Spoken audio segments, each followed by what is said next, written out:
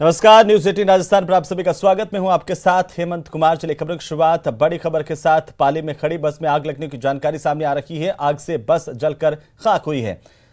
दरअसल जानकारी के मुताबिक बैटरी में शॉर्ट सर्किट के चलते आग लगी और इस आग की वजह शॉर्ट सर्किट बताया जा रहा है। दमकल की मदद से इस आग पर काबू पा लिया गया। राहत की बात यह है, पाली की तस्वीरें जहां पर खड़ी हुई बस में अचानक से आग लगी और इस आग में देखते ही देखते ये बस जलकर खाक हो गई। एक्सक्लूसिव तस्वीरें न्यूज 18 राजस्थान पर सबसे पहले सबसे तेज। बैटरी में शॉर्ट सर्किट के चलते आग लगी। खड़ी बस में आग लगने से बस जलकर खाक हो गई। हालांकि दमकल की गाड़ियां मौके पर पहुंची सूचना के बाद और इसके बाद कड़ी मशक्कत के बाद इस आग पर काबू पा लिया गया। इस आग को बुझा लिया गया। ज्यादा जानकारी के साथ हमारे संवाददाता श्याम चौधरी फोन लाइन पर जुड़ गए हैं। श्याम, क्या कुछ अपडेट जानकारी इस आग को लेकर के? सियाट मार्ग पर एक बस खड़ी थी जिसमें आज सवेरे अचानक शॉर्ट सर्किट की वजह से आग लग गई और देखते ही देखते आग ने विकराल रूप धारण कर लिया, जिसे मौके पर लोगों ने बुझाने का प्रयास किया लेकिन आग पर काबू नहीं पाया जा सका। घटना पर सोजो थाना पुलिस मौके पर पहुंची और दमकल की मदद से करीब 1 घंटे की मशक्कत के बाद आग पर काबू पाया गया है। जी बिल्कुल श्याम, चलिए बहुत बहुत शुक्रिया तमाम जानकारी के लिए। एक्सक्लूसिव तस्वीरें आपकी टीवी स्क्रीन पर। आग लगने से बस पूरी तरह से जलकर खाक हो गई है। हालांकि राहत की बात यह है कि इस आग को बुझा लिया गया है। दरअसल बैटरी में शॉर्ट सर्किट के चलते आग लगी।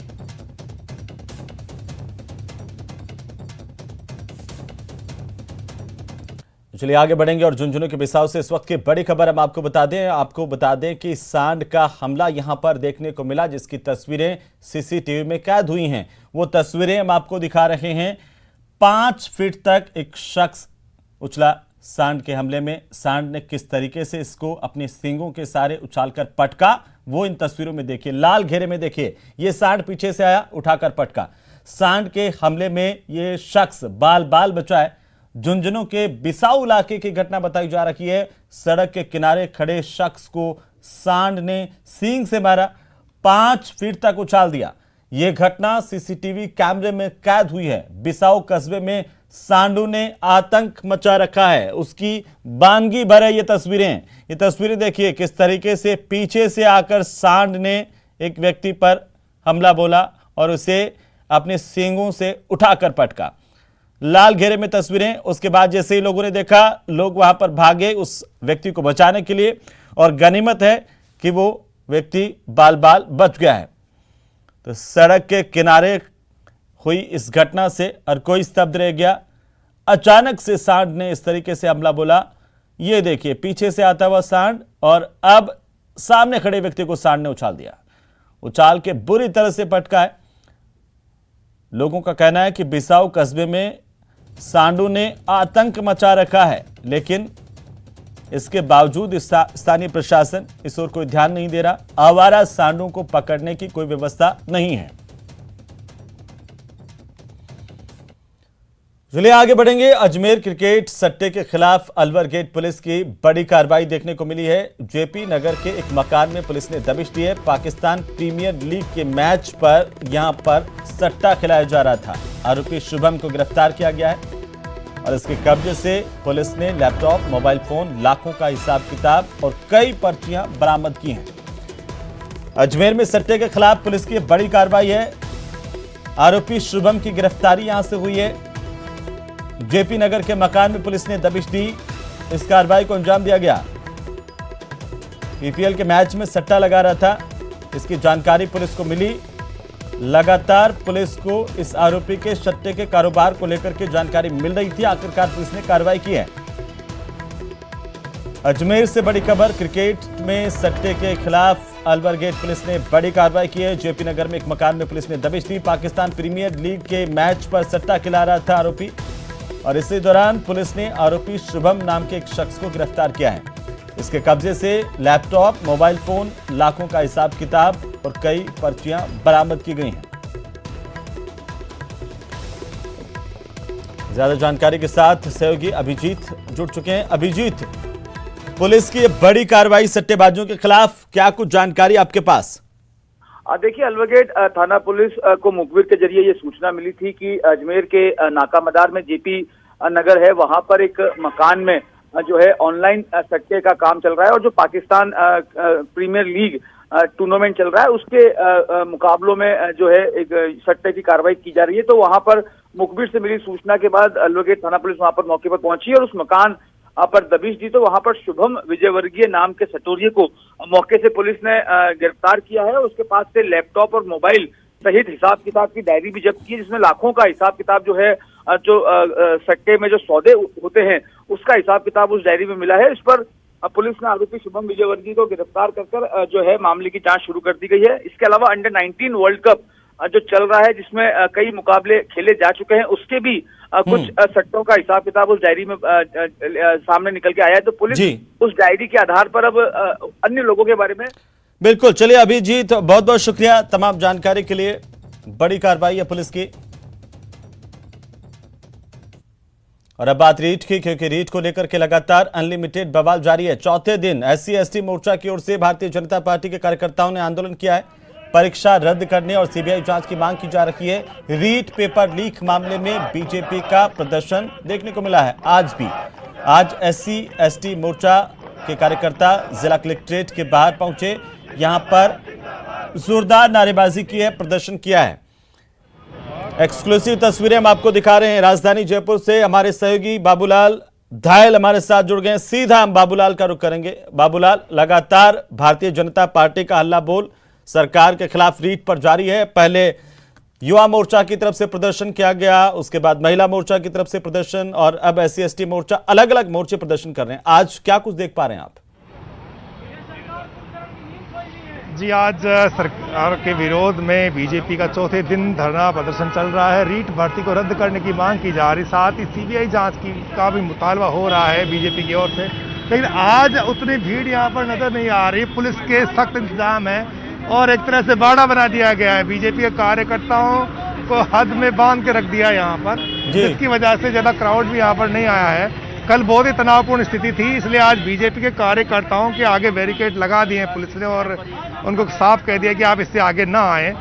आज हवा महल मंडल और जयपुर में SC/ST मोर्चा प्रदर्शन कर रहा है। मेरे साथ में पारिक साहब हैं, विधायक रहे हैं हवा महल के। क्या लगता है, भीड़ कम क्यों आई? भीड़ कम नहीं है, ये आपके अपने पहले अलग अलग मंडलों का 8 दिन तक लगातार धरने का कार्यक्रम रखा हुआ है। उसी हिसाब से एक एक मंडल के कार्यकर्ता वहाँ आ रहे हैं और रोज का धरना चल रहा है, रोज कार्यकर्ता इन्वॉल्व। लेकिन सुरेंद्र पारिक, ऐसे लोग कम आएंगे तो आपकी मांग तो नहीं सुनेगी सरकार? नहीं, लोग कम नहीं है, वो लोग भी आ रहे हैं, बाकी लोग भी, क्योंकि रोज धरना चल रहा है। कार्यकर्ता अलग अलग मंडलों में हमने उनको बांट दिया है, इसलिए ड्यूटी संख्या कम हो रही है, बाकी संख्या कम नहीं है। मंडल के हिसाब से ठीक है। कब तक आपकी मांग जारी रहेगी? जब तक मांग सीबीआई से जांच पूरी नहीं होगी, दोषी लोग पकड़े नहीं जाएंगे, जब तक ये कार्रवाई जारी रहेगी। आज पुलिस का पहरा थोड़ा कड़ा है। मेरे साथ में बीजेपी के शहर अध्यक्ष राघव शर्मा मौजूद है। राघव शर्मा, आज कहीं डर गए क्या पार्टी कार्यकर्ता?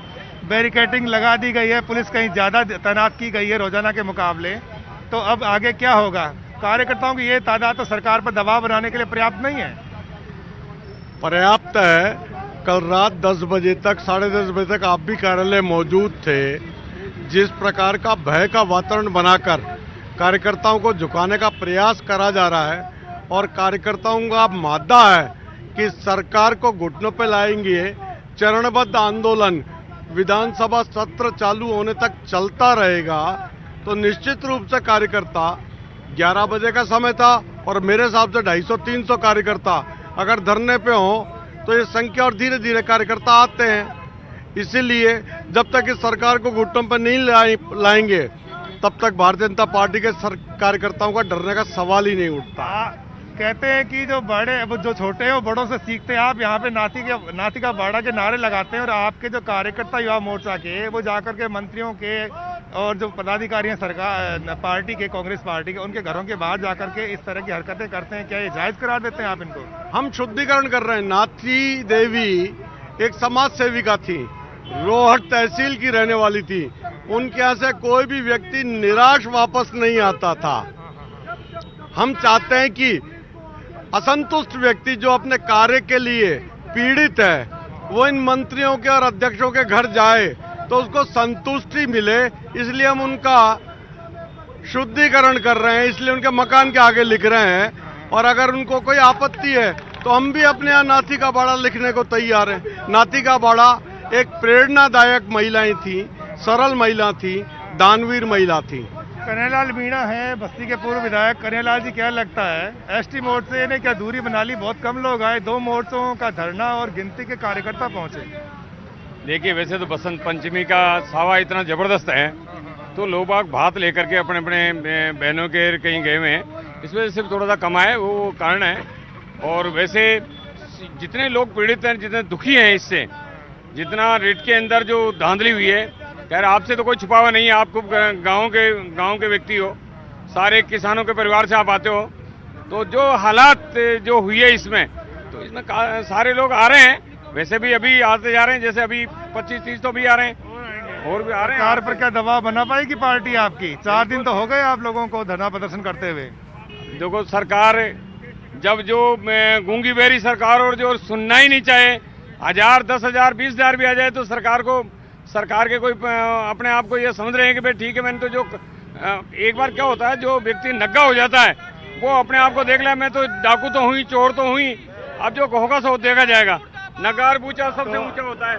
तो ये बीजेपी के कार्यकर्ता दबाव बनाने की कोशिश कर रहे हैं, बड़ी संख्या में लोग भी आए हैं। क्या लगता है लोग और जुटेंगे या बस आज का प्रदर्शन आपका फीका हो गया, फ्लॉप हो गया? जयपुर देहात दक्षिण के, उत्तर और दक्षिण के कार्यकर्ता अभी आ रहे हैं और जिस प्रकार से जो व्यू रचना पार्टी की बनी थी उसमें जो जिले के पदाधिकारी हैं, जिले के जो वरिष्ठ कार्यकर्ता, उन्हीं को भी आमंत्रित किया है। धीरे धीरे क्योंकि अपना जो धरने का कार्यक्रम है और जो आगे की आंदोलन है वो लंबा चलेगा, इसलिए लंबा चलेगा। कोटपुतली तक से नेता आए, क्या लगता है सरकार झुक रही है आपके आंदोलन से?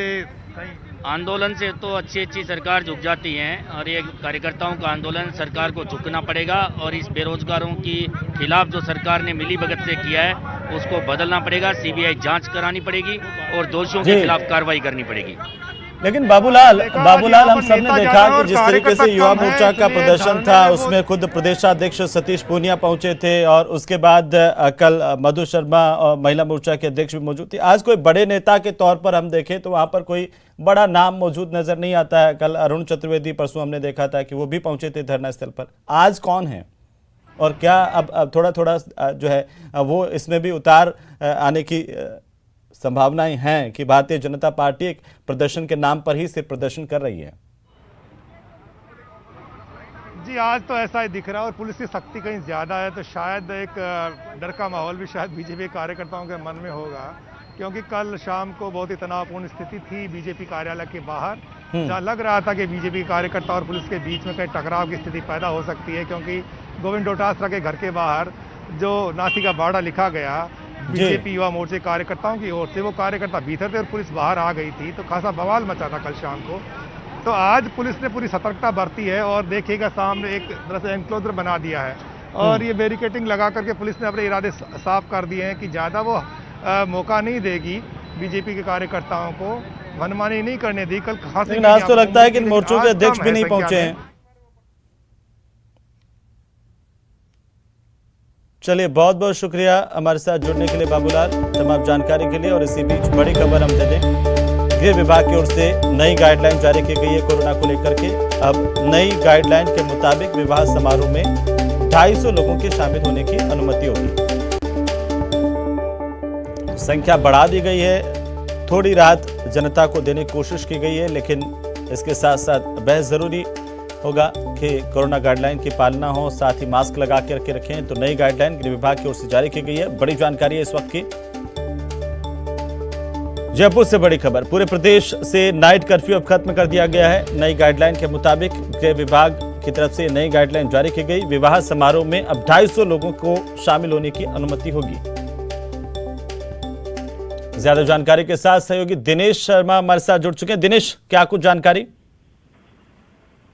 अब बिल्कुल देखिए, बड़ी खबर है, नई जो है गाइडलाइन गृह विभाग ने जारी कर दी है और गृह विभाग की जो नई गाइडलाइन जारी हुई है, देखिए उसमें विशेष जो प्रावधान किए गए हैं वो ये कि अब जो है विवाह समारोह में 250 लोग शामिल हो सकेंगे। देखिए ये बड़ी खबर है। जो भी शादी विवाह करना चाहते हैं आगामी दिनों में, उनके लिए बड़ी राहत की खबर कि अब प्रदेश में 250 लोगों को अनुमति दी गई है विवाह समारोह में शामिल होने की। इसके साथ ही दूसरी बड़ी खबर ये कि प्रदेश में जो है वो नाइट कर्फ्यू खत्म कर दिया गया है।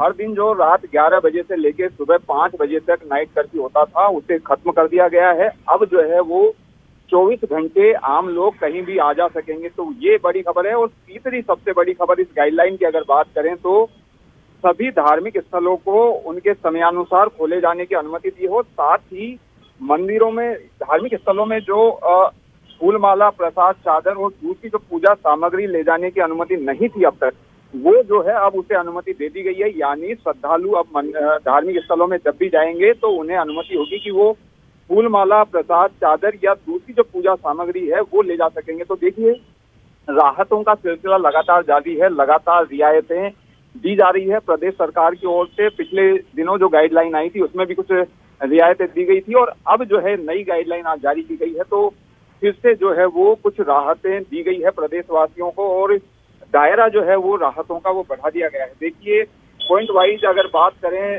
सबसे पहला जो पॉइंट है इस गाइडलाइन में वो ये कि सभी जो सार्वजनिक कार्यक्रम है, सामाजिक कार्यक्रम है, राजनीतिक, खेलकूद संबंधित जो कार्यक्रम है, उन सांस्कृतिक कार्यक्रम है, धार्मिक समारोह, उनमें 250 व्यक्तियों के सम्मिलित होने की अनुमति होगी। तो न केवल विवाह समारोह बल्कि दूसरे जितने भी आयोजन होंगे, चाहे वो खेलकूद संबंधी आयोजन हो, सांस्कृतिक आयोजन हो, सामाजिक, सार्वजनिक, राजनीतिक, उन सभी में 250 लोग अब शामिल हो सकेंगे। पहले ये जो सीमा थी वो 100 लोगों की सीमा निर्धारित की गई थी। तो अब जो है राजनीतिक रैलियां, प्रदर्शन अगर कोई होते हैं, धरने प्रदर्शन आदि, तो उनमें भी 250 लोग जो है वो शामिल हो सकेंगे। और कोई भी अगर सार्वजनिक कार्यक्रम होता है तो उसमें 250 लोगों के शामिल होने की अनुमति होगी।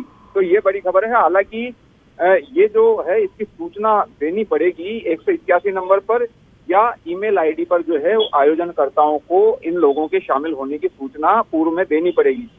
दूसरा जो पॉइंट इसमें दिया गया है वो यही कि विवाह समारोह में 250 व्यक्ति शामिल हो सकेंगे और बैंड बाजा वादकों को इससे जो है वो अलग रखा गया है। पहले जब 100 लोगों की पाबंदी थी तब भी बैंड बाजा वादकों को अलग रखा गया था और अब जब 250 लोग कर दिए गए हैं तब भी बैंड बाजा वादकों की संख्या को उससे अलग रखा गया है। यानी अगर किसी शादी समारोह में 250 लोग शामिल होते हैं तो बैंड बाजा वादकों की संख्या उसमें काउंट नहीं होगी, वो संख्या जो है वो अलग रहेगी। एक तो पॉइंट इसमें दिया गया है वो ये कि सामाजिक दूरी जो है वो, ये इसमें कहा गया है जो भी आयोजन होंगे उनमें आयोजन के दौरान सामाजिक दूरी सुनिश्चित की जाएगी। कोविड एप्रोप्रिएट बिहेवियर जैसे double dose vaccination, no mask no entry, screening, स्वच्छता, सैनिटाइजेशन आदि का पालन सुनिश्चित किया जाएगा। यानी जो भी प्रोटोकॉल निर्धारित किए गए हैं राज्य सरकार की ओर से, भारत सरकार की ओर से, उनकी पालना आयोजनकर्ता को करनी होगी और वो वही जो है वो प्रोटोकॉल हैं जो लगातार 2 साल से हम लोग फॉलो करते आ रहे हैं। सामाजिक दूरी है, मास्क है, इसके साथ ही सैनिटाइजर आदि की व्यवस्था है। तो ये सब जो है व्यवस्था सुनिश्चित करनी पड़ेगी। तीसरा जो पॉइंट इस गाइडलाइन में दिया गया है वो ये कि 9 जनवरी के बिंदु संख्या 6 में जो है वो संशोधन किया गया है। 9 जनवरी को जो गाइडलाइन जारी की गई थी उसके बिंदु संख्या 6 में संशोधन किया गया है और संशोधन ये किया गया है कि अब सभी धार्मिक स्थलों को उनके समयानुसार श्रद्धालुओं, दर्शनार्थियों के दर्शन हेतु खोले जाने की अनुमति प्रदान की जाती है।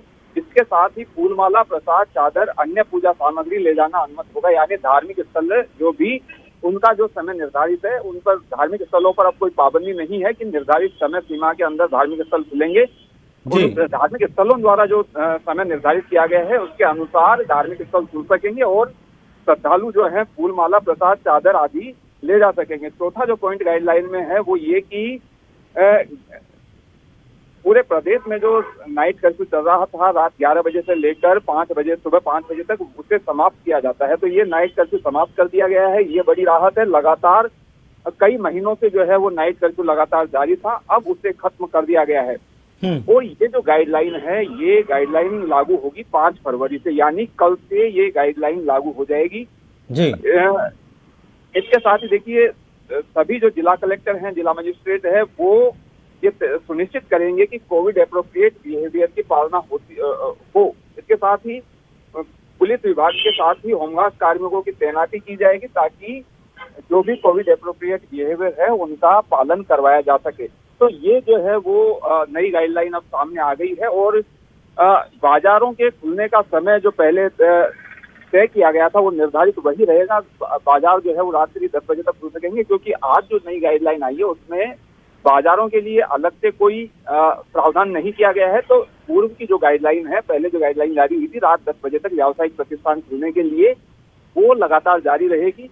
इसके साथ ही अगर बात करें शैक्षणिक संस्थानों की, तो उनके संदर्भ में नई गाइडलाइन में कोई बिंदु नहीं दिया गया है। तो जो प्रावधान पिछली गाइडलाइन में किया गया था कि स्कूल जो है वो कक्षा 9 से 12वीं तक के 1 फरवरी से खुल चुके हैं और कक्षा 6 से 9 तक के वो 10 फरवरी से जो है वो स्कूल खुल जाएंगे। तो 10 फरवरी से वो स्कूल खुलेंगे यथावत तरीके से। इसके साथ ही 5वीं तक के स्कूल अभी भी जो है वो बंद रहेंगे, क्योंकि नई गाइडलाइन में अभी फिलहाल इसके लिए कोई अलग से प्रावधान नहीं किया गया है। तो राहतों का सिलसिला लगातार जारी है। प्रदेश सरकार लगातार रियायतें दे रही है, क्योंकि अब कोविड केसेज जो है वो संख्या भले ही ज्यादा आ रही हो, लेकिन एक तरीके से ये अध्ययन हो चुका है कि ओमिक्रॉन जो वेरिएंट है, नए नए जो वेरिएंट आ रहे हैं, उनके कोई बहुत ज्यादा घातक परिणाम सामने नहीं आ रहे हैं। तो इसलिए लगातार रियायतों का सिलसिला जारी है जी। लेकिन दिनेश, नई जो गाइडलाइन है वो ऐसा लग रहा है कि सब कुछ खोल दिया गया है, नाइट कर्फ्यू खत्म कर दिया गया है, संख्या शादी समारोह बाकी के जो फंक्शंस हैं उनकी बढ़ा दी गई हैं, मंदिर और धार्मिक स्थल बाकी मस्जिद वगैरह सब कुछ खोल दिया गया है। तो ये एक सवाल जरूर उठता आया है कि आखिरकार जब सब कुछ खोल दिया जाता है उसके बावजूद भी स्कूलों को बंद क्यों, इसके पीछे क्या तर्क है?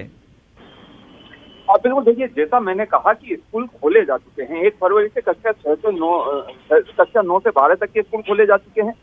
दूसरा, कक्षा 6 से 9 तक के जो स्कूल हैं वो 10 फरवरी से खुल जाएंगे। अभी केवल 5वीं तक के स्कूल बंद रहेंगे, और वो इसलिए क्योंकि बच्चों को अभी वैक्सीन नहीं लगी है। सबसे ज्यादा जो खतरा बताया जा रहा है विशेषज्ञों की ओर से, वो केवल बच्चों को बताया जा रहा है। इसीलिए बच्चों के लिए स्कूल अभी बंद रखे गए हैं। साथ ही देखिए, स्कूलों की अगर बात करें तो दोनों तरह के ऑप्शन खुले रखे गए हैं। स्टूडेंट्स अगर स्कूल जाकर पढ़ाई करना चाहते हैं तो वो ऑप्शन भी खुला है ऑफलाइन पढ़ाई का, और साथ ही ऑनलाइन पढ़ाई का ऑप्शन भी लगातार जारी रखा गया है। अगर बच्चे चाहते हैं कि वो घर से ही ऑनलाइन तरीके से पढ़ाई करें तो वो घर बैठे पढ़ाई कर सकते हैं। तो अभिभावकों की अनुमति जो है वो अनिवार्य की गई है। अगर कोई भी स्टूडेंट स्कूल जाना चाहता है तो अभिभावकों की लिखित में उसे अनुमति लेनी होती है, उसके बाद उसे स्कूल में एंट्री दी जाती है। तो फिलहाल ऑफलाइन ऑनलाइन दोनों तरीके से पढ़ाई चल रही है, लेकिन क्योंकि छोटे बच्चों को ज्यादा खतरे का अंदेशा विशेषज्ञों द्वारा व्यक्त किया गया है, इसलिए 5वीं तक के स्कूलों को फिलहाल केवल ऑनलाइन मोड पर रखा गया है। ऑनलाइन तरीके से उनकी पढ़ाई जारी है। दूसरे जो स्कूल है उन्हें धीरे धीरे चरणबद्ध तरीके से खोला जा रहा है, और दूसरे जो शैक्षणिक संस्थान है वो भी अब कमोबेश जो है पूरे खुल चुके हैं। तो लगातार जो है वो दायरा बढ़ाया जा रहा है। इसी तरीके से हमने स्कूलों के साथ ही व्यावसायिक प्रतिष्ठानों के संदर्भ में भी हमने देखा कि व्यावसायिक प्रतिष्ठान जो है वो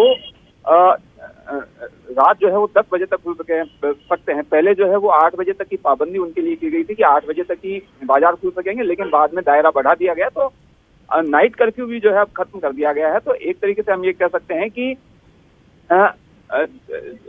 जिन भी रेस्टोरेंट्स आदि अगर जो लेट तक खुलना चाहते हैं तो वो लेट तक भी अब खुल पाएंगे। लोगों की आवाजाही जो है वो रात 11 बजे बाद भी अब हो पाएगी।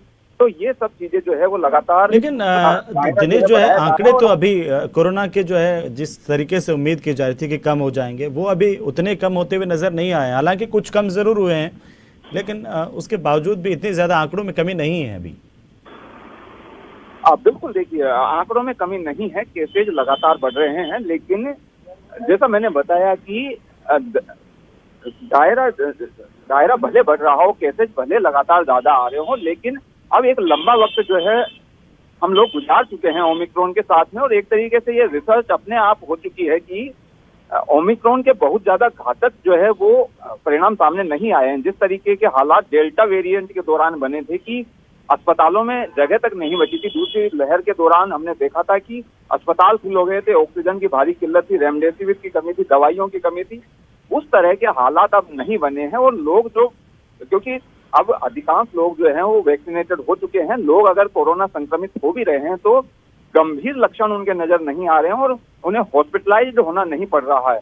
तो एक्टिव केसेज जो है वो भी लगातार कम होते जा रहे हैं। केसेज भले बढ़ रहे हैं, लेकिन एक्टिव केसेज जो है वो लगातार कम होते जा रहे हैं और गंभीर दुष्परिणाम जो है वो सामने नहीं आ रहे हैं। तो इसे देखते हुए हालांकि बार बार मुख्यमंत्री खुद ये बात कहते रहे हैं कि सावधानी रखना अब भी जरूरी है। सावधानी रखना इसलिए जरूरी क्योंकि भले ही घातक परिणाम नहीं आ रहे हों, लेकिन पोस्ट कोविड इफेक्ट क्या होंगे उस पर जो है अभी कुछ कहा नहीं जा सकता। तो पोस्ट कोविड जो है वो ज्यादा परेशान कर सकता है। इसीलिए अब जो सरकार का जोर है वो इसी पर की एप्रोप्रिएट बिहेवियर जो है वो कोविड को लेकर जो तैयार किया गया है उसकी समुचित तरीके से पालना करवाई जाए, ताकि केसेज जो है उसमें भी कमी आए और लोग जो है पोस्ट कोविड से भी बचे रहें। तो अब जो जोर है वो यही कि लोग मास्क लगाएं, वैक्सीन जो है वो आवश्यक रूप से लगवाएं। राज्य सरकार की ओर से ये भी कहा गया था कि 31 जनवरी तक जो लोग वैक्सीन नहीं लगवाएंगे उन पर सख्ती की जाएगी। हालांकि अभी उस तरह की सख्ती नहीं की गई है। वैक्सीनेशन का जो प्रतिशत है वो भी बढ़ा है। पहली डोज जो है वो कमोबेश ज्यादातर लोगों को लग चुकी है और दूसरी डोज भी जो है वो बहुत अच्छी हम उसकी कह सकते हैं कि प्रगति है। तो फिलहाल जो है पूरा अमला लगा हुआ है कि सभी लोग जो है वो वैक्सीनेटेड हों ताकि सुरक्षित जो है पूरे प्रदेश को किया जा सके। और अब क्योंकि दायरा इसलिए बढ़ाया जा रहा है क्योंकि आजीविका जो है उसे भी जारी रखना जरूरी है। अगर आजीविका पे संकट आएगा तो उसका जाहिर तौर पर लोग जो है उससे बड़े स्तर पर प्रभावित होंगे। खोलना भी जरूरी है, लेकिन दिनेश एहतियात जरूर लोगों को बरतना चाहिए। अभी ये नहीं भूलना चाहिए कि अगर सरकार की तरफ से ढील दे दी गई है तो वे कोरोना अप्रोप्रिएट बिहेवियर भूल जाएं। बिल्कुल, देखिए बिल्कुल लोगों को पालना करनी होगी। लोगों को ये समझना होगा कि 2 साल जिस तरीके से हम लोगों ने गुजारे हैं उस तरह की स्थितियां वापस नहीं बने। और राहत देना भी इसलिए जरूरी क्योंकि लोगों की आजीविका अगर पर संकट होता है तो फिर पूरा प्रदेश जो है प्रभावित होता है और लोग खुद भी जो है वो बड़े स्तर पर प्रभावित होते हैं। और अब क्योंकि लगभग जो है वो आकलन किया जा चुका है कि बहुत ज्यादा घातक परिणाम नहीं है तो धीरे धीरे जो है वो रियायतें बढ़ाई जा रही है। इसीलिए अभी एक साथ जो है वो शादी विवाह जो भी दूसरे आयोजन है उनमें एक साथ पूरा जो है वो दायरा नहीं बढ़ाया गया है। समारोहों पर तो एक संख्या तय की गई है दिनेश। अगर धार्मिक स्थलों की बात की जाए तो वहां पर क्या कोई क्राइटेरिया इस गाइडलाइन में आपको दिखता है कि कितने लोग एक साथ जा सकते हैं? ये आने वाले दिनों में कई सारे मेले हैं, उर्स हैं। बिल्कुल, देखिए आज जो गाइडलाइन आई है उसमें अलग से कोई प्रावधान नहीं किया गया है। हालांकि इसमें ये लिखा है कि दूसरे जो आयोजन है राजनीतिक, सांस्कृतिक, खेलकूद वाले, उन्हीं के साथ ही धार्मिक जो आयोजन है उनमें भी 250 लोगों की संख्या अनुमति दी गई है। लेकिन धार्मिक स्थलों के लिए अलग से कोई प्रावधान नहीं किया गया है कि एक दिन में इतने लोग अधिकांश जो है वो जा सकते हैं। तो हम ये कह सकते हैं कि ये अब पूरी तरीके से उन्हें छूट है जितने भी लोग मंदिर में जाके, मस्जिद में जाके। बिल्कुल दिनेश, चलिए बहुत बहुत शुक्रिया तमाम जानकारी के लिए। राज्य सरकार की तरफ से नई गाइडलाइन कोरोना को लेकर के जारी की गई जिसमें लोगों को काफी राहत दी गई है। और इसी के साथ ही इस बुलेटिन फिलहाल में ही नमस्कार।